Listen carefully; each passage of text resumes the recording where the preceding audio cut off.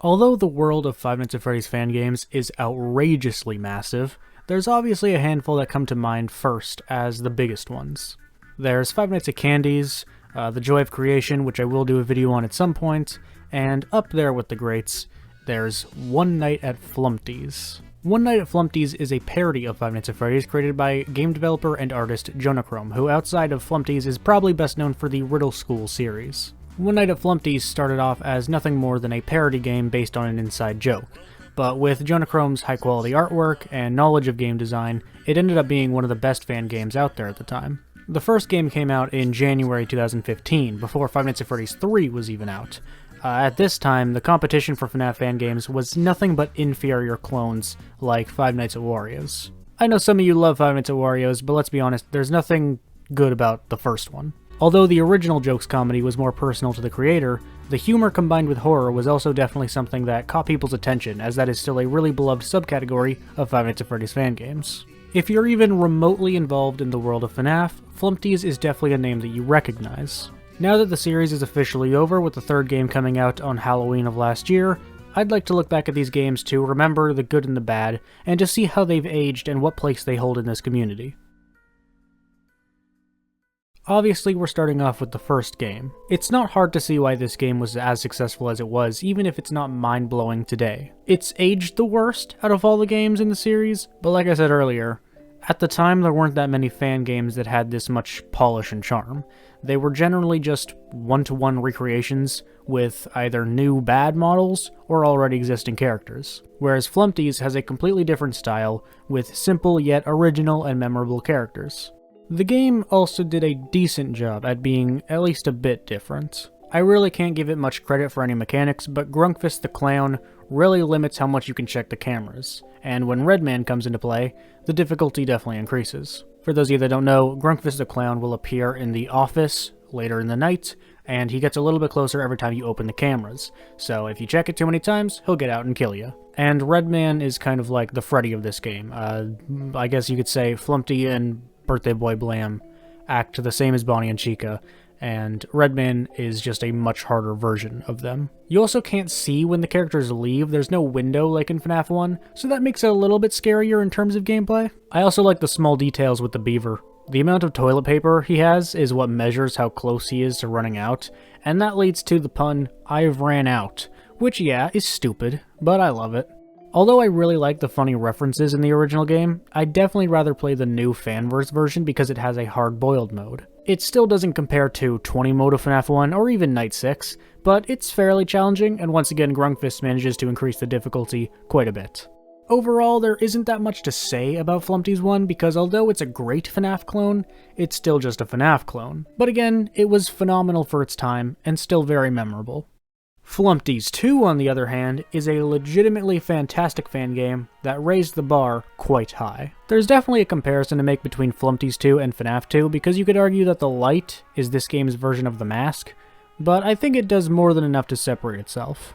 One Night at Flumptys 2 was a really impressive game in my opinion, because it managed to keep the charm of Flumptys 1, the charm of FNAF, and still stand out as a game independent of the FNAF series. I think the combination of the exposure bar and the laptop battery is a really solid pairing of mechanics. Just to quickly explain how this game works, characters will show up in the doorway in front of you, and the longer they stare at you, the more your exposure bar goes up, and if it reaches all the way, then you lose. And the laptop battery just limits how much you look at the cameras. Because of how generous the exposure bar is to everyone but eyesore, it's definitely easier than FNAF 2 because it takes more than a half of a second for you to die, but I think that's fine because once again, it makes it a little more different, and I think a lot of people will appreciate that mechanic more. The laptop battery is also quite generous, but it makes sure you don't look at the cameras too long, and since it's the only way to know when the characters will be at the door, you need to really manage your resources. I like the use of the cameras in this game. Every FNAF game that has cameras needs the cameras, but it's always imperfect. In FNAF 1 and 2, you really only need to use a single camera. In FNAF 3, the cameras look like shit. But in Flumptys 2, you need to check on the owl, who will either attack from the left or right vent, and you need to make sure the correct one is closed. You need to follow the characters to make sure they aren't approaching the doorway in front of you. The red man appears as an error on the laptop, which you need to close or it'll kill you. And Grunkfist has a timer, and he will appear in your room when the time is up, so you need to keep track of it so you can turn the light off before he appears. Many people still consider this to be one of the best fan games, and I can't say I disagree. There are a lot of experimental fan games, and there are a lot of good ones, but it's rare that one just perfects its own version of the traditional FNAF formula. It plays perfectly, it's fun, and it looks great. There's really nothing to complain about.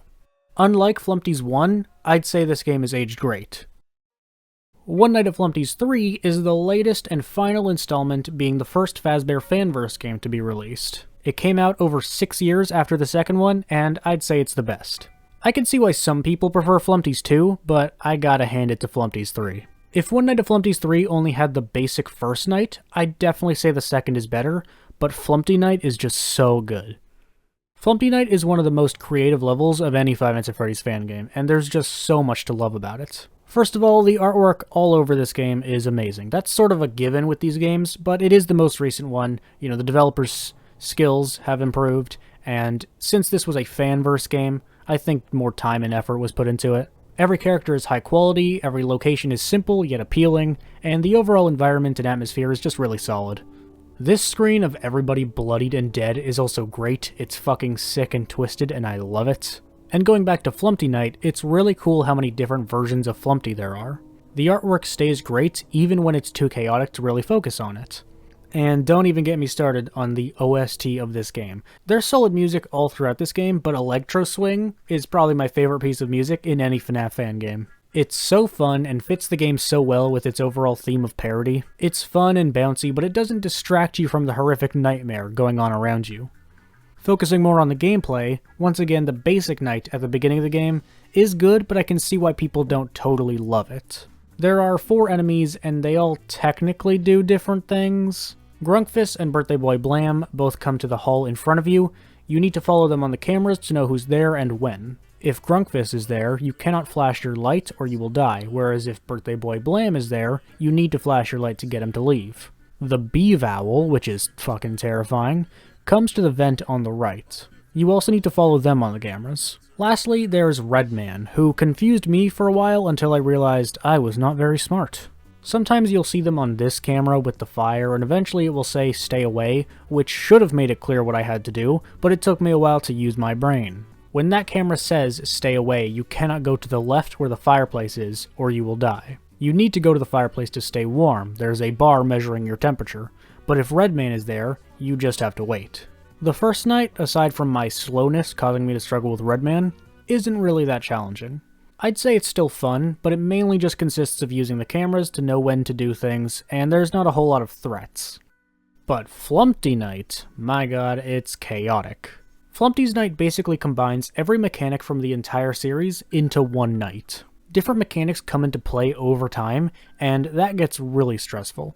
There are now 3 doors, 2 of which can close, but the middle one stays the same as the night prior. 2 more cameras get added onto the map later on. The exposure bar from Flumptys 2 comes back. You still need to use the light on the vent to the right and the middle hallway, and you still need to go to the fireplace to stay warm. And then there's Golden Flumpty, who will disguise himself on the cameras, and he'll kill you if you close the camera while looking at him, so you need to make sure you pay attention. The game also does this bullshit where all of your measurements and information start to change and lie to you. I don't particularly love this. I know it's meant to be challenging, and it is, but it's more just annoying than it is actually difficult. This night has so much stuff. I didn't even technically get to all of it. There's certain specifics and intricacies of all these separate mechanics, but what I'm saying is there's a lot. I love how all these classic mechanics come back, and I also think this was such a great way to do it.